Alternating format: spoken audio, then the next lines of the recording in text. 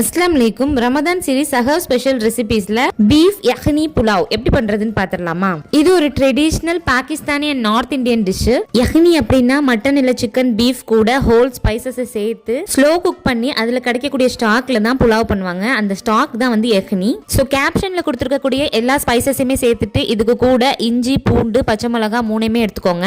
இது பண்றதுக்கு ஒரு 1/2 kg பீஃப் நல்ல பெரிய பீசஸா கட் பண்ணி வாங்கிக்கோங்க. இதுல எலும்பும் இருக்கணும், அதே சமயம் ஓரளவுக்கு கொழுப்பும் இருக்கணும். அப்பதான் ஸ்டாக் வந்து கொஞ்சம் ரிச்சா கிடைக்கும். நம்ம எடுத்து வச்சிருக்க ஹோல் ஸ்பைசஸ் சேர்த்து தேவையான அளவுக்கு உப்பு போட்டு ஸ்லோ பிரஷர் குக் பண்ணி ஒரு 4-5 விசில் விட்டுக்கோங்க. எனி பாஸ்மதி லாங் ரைஸ் எடுத்துக்கோங்க. 2 கப் போல நான் எடுத்திருக்கேன். இதுல நல்லா தண்ணி ஊத்தி 2 தண்ணி அலசிட்டு பாத்திரத்துல தண்ணி முங்குற அளவுக்கு ஒரு 30 மினிட்ஸ் போல ஊற வச்சுக்கோங்க. குக்கர்ல பிரஷர் ரிலீஸ் பண்ணிட்டு மீட் செக் பண்ணுங்க. மீட் வந்து ஒரு 80% குக் ஆயிருக்கணும். நெக்ஸ்ட் நம்ம ரைஸ் கூட பண்ணும்போது 100% குக் ஆகி பெர்ஃபெக்ட்டா கிடைக்கும். மீட் தனியா ஸ்டாக் தனியா ஸ்ட்ரெயின் பண்ணி அளந்து எடுத்து வச்சுக்கலாம். 2 கப் அரிசிக்கு ஊற வச்சதுனால 1.5 கப் ஸ்டாக் நான் வந்து எடுத்து வச்சிருக்கேன். இப்போ அதே குக்கர்ல 1 டேபிள் ஸ்பூன் போல நெய் சேர்த்திருக்கேன். ஒரு 4 டேபிள் ஸ்பூன் போல ஆலிவ் ஆயில் சேர்த்திருக்கேன். 4 பெரிய வெங்காயத்தை இந்த மாதிரி ஸ்லைஸா நறுக்கி சேர்த்துக்கோங்க. தேவையான அளவுக்கு உப்பு சேர்த்துட்டு 1 டேபிள் ஸ்பூன் போல இஞ்சி பூண்டு விழுது. அதுக்கப்புறம் 1 டேபிள் ஸ்பூன் வந்து தனியா தூள் சேர்த்திருக்கேன். நான் ஹோல் ஸ்பைசஸ்ல கொரியண்டர் சீட் இல்லாததுனால நான் அதை சேர்க்கல. அதுக்கப்புறம் 1 கப் போல தயிர் சேர்த்திருக்கேன். 1 டேபிள் ஸ்பூன் லெமன் ஜூஸ் சேர்த்துட்டு வேக வச்ச பீஃப் அண்ட் ஸ்டாக்கை வந்து சேர்த்துக்கோங்க.